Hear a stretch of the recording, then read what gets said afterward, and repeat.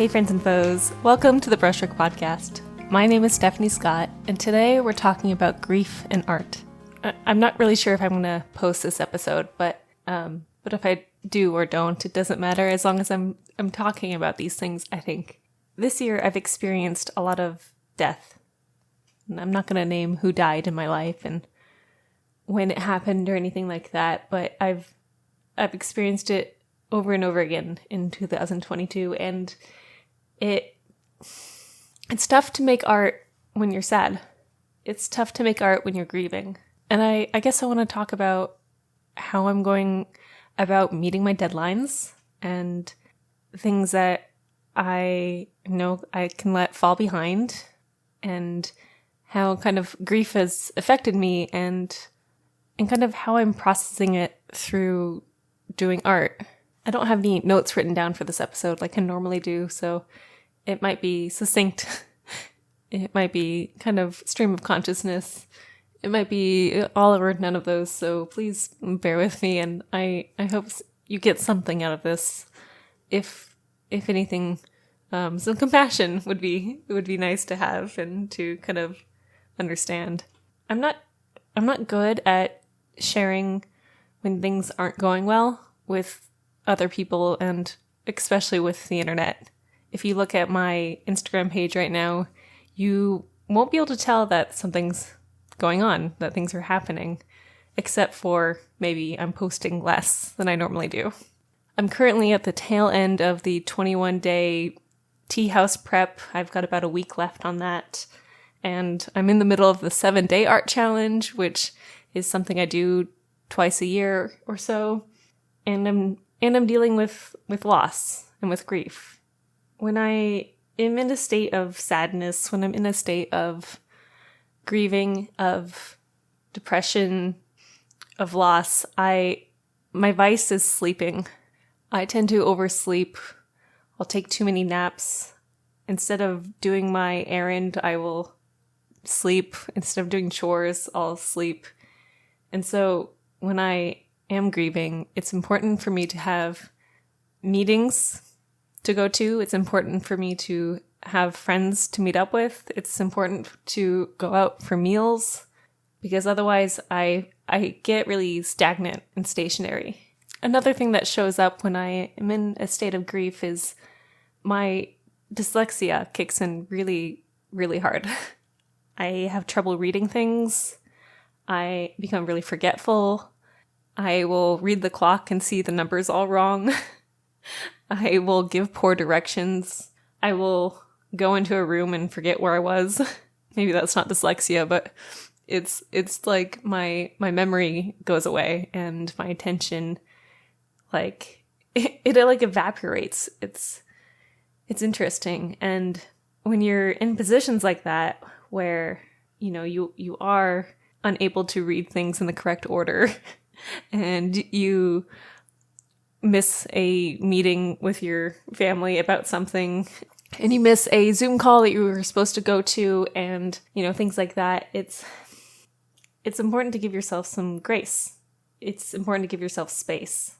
And it's important to not put all the pressure of your artwork on yourself while you're trying to process what's been going on in your life.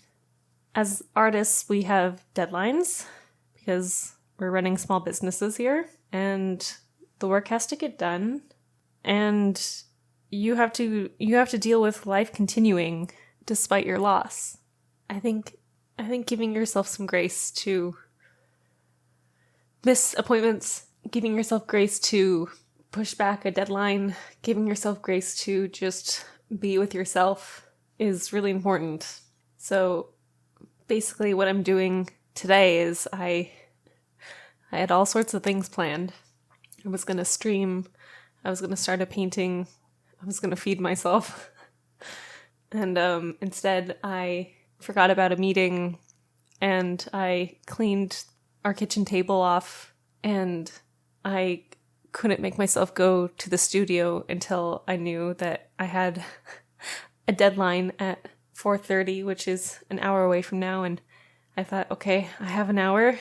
Let's try to do something with this hour before we meet our friends for dinner tonight. I set up the 7-day art challenge 2 months ago. I was really excited for it. I started announcing it and showing it around, and I have done 1 day of the challenge. I've drawn one thing, and we're on day 4. And on top of grieving, I feel like I'm letting down people who have joined this challenge, who are looking at my own participation in it. And I'm just putting cop-out screenshots of older artwork on my stories to kind of show that I'm still, participating in it, but it's not really participation.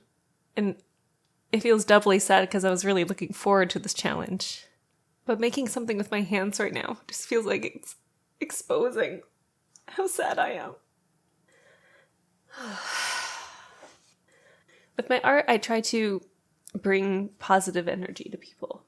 And so I'm really careful about what I put onto the internet. I'm careful about what I present myself as to the world.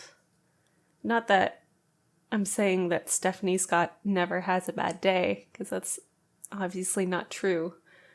But that by only showing, mediocre days and upward towards positivity, it creates a half-truth, but it's the brand, if that makes sense. I feel like if I make art right now, it'll be dark, and it'll hold the energy of my grief.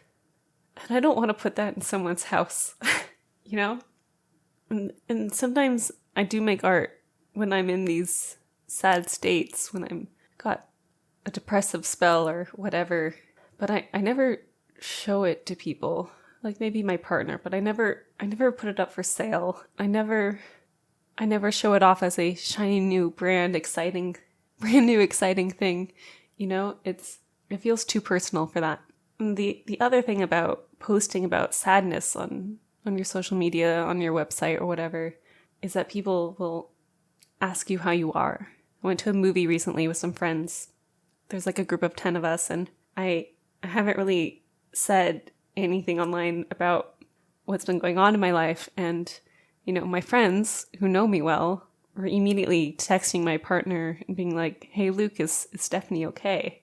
And for my friends, I appreciate that concern, that intuition they have about living, but I don't want that sort of reminder of sadness from, my followers or my clients when they have a relationship with me about artwork. That's a boundary I want to keep, where when people talk to me about my artwork, it's about, the geometry, and it's about the feeling of abstraction, and it's about the technicality of brushworks, and it's about the joy of painting. And I don't want it to be about, the sadness in my life, or even like the extreme happinesses in my life. I want to keep that private. And I don't really know how I got on this topic. It's a train of thought, but it's better to have that separation in my brain. And maybe that's what happens when your artwork becomes work as a business, and not just artwork as your hobby. So today, when I was supposed to have a meeting with a charity I'm working with, when I was supposed to stream on Twitch for the 7-day art challenge, when I was supposed to put the backing on several paintings for my upcoming art show, and when I was supposed to answer some emails, and instead I cleaned a little bit and was on TikTok for too long, which I never do. And when I canceled plans with people and didn't really say why, I did those things out of, I guess, respect for my brain and acknowledgement of what I'm capable of in this state. When you're an artist and you have deadlines, like an art show at a tea house coming up, and you've stayed on track as much as you could, and then, the thing happens and you get a little bit derailed. I'm finding that it's important to remind myself that I don't need to punish myself for not staying on track in these moments. That if I don't get the final painting done for this art show, it's okay, because I have a big inventory of paintings just on the rack back there, I can pick something that I've already made, or I can order a print and have that framed, and that'll be perfect. And, if I need to take this week and a half I have between right now and hanging the show, and all I have to do left is make the labels and print out an inventory list and pricings, those are low impact items. Those can be broken up into as many steps as I need them to be. And if my 7-day art challenge isn't as interactive as I originally wanted it to be on my end, that's okay, because that's where we are. And this won't be the last time I do the 7-day art challenge. If my 21-day video series is becoming more and more sparse because of the things that have happened, that's also okay. And it's not like I'm giving up those projects or ambitions or whatever. It's that I'm letting them have more time because I have to. On my to-do list for October and November, I have some commissions to do, and I'm going to choose not to work on them until I'm feeling a little bit farther away from the grief, because I want to give my collectors a product they really love that has all of the excitement and vitality and promise that I've given to them about what their art might look like and how they've seen other work that I've done in the past, the recent past at least, and give them something really good. So I'm going to extend the deadlines. I'm going to send them a message, be like, hey, things are happening in my life and I need a couple more weeks to do this. And I've never had a client say no, that they need it sooner. And if they do say no, I'll simply refund their money, because that's what you do, because you're a business.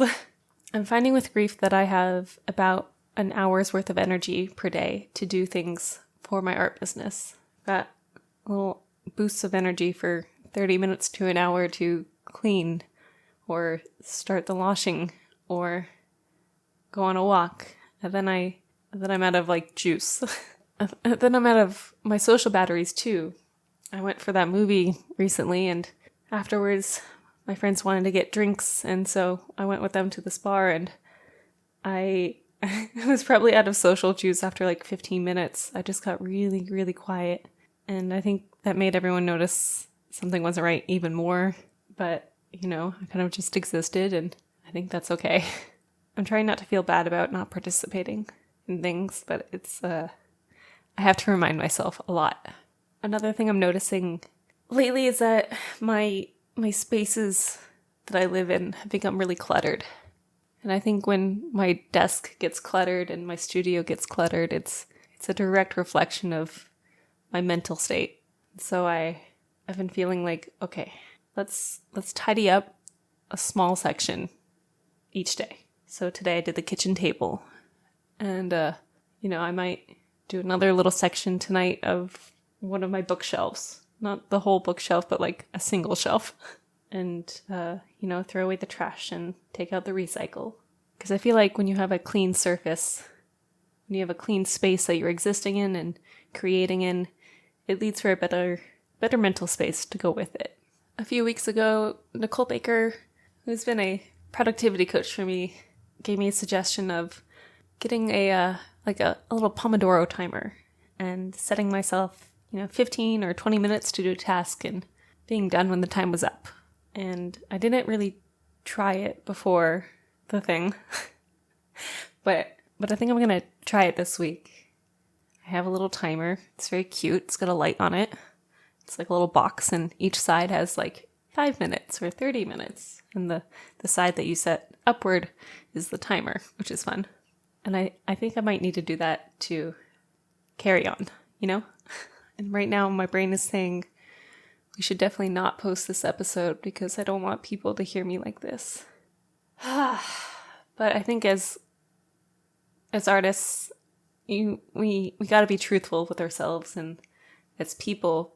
And as a woman, I feel like I spent a lot of years of my childhood not saying things, not confronting my own feelings, and I don't want to be like that anymore, My boyfriend asked me something last night, and he's like, Stephanie, what's something you're looking forward to tomorrow?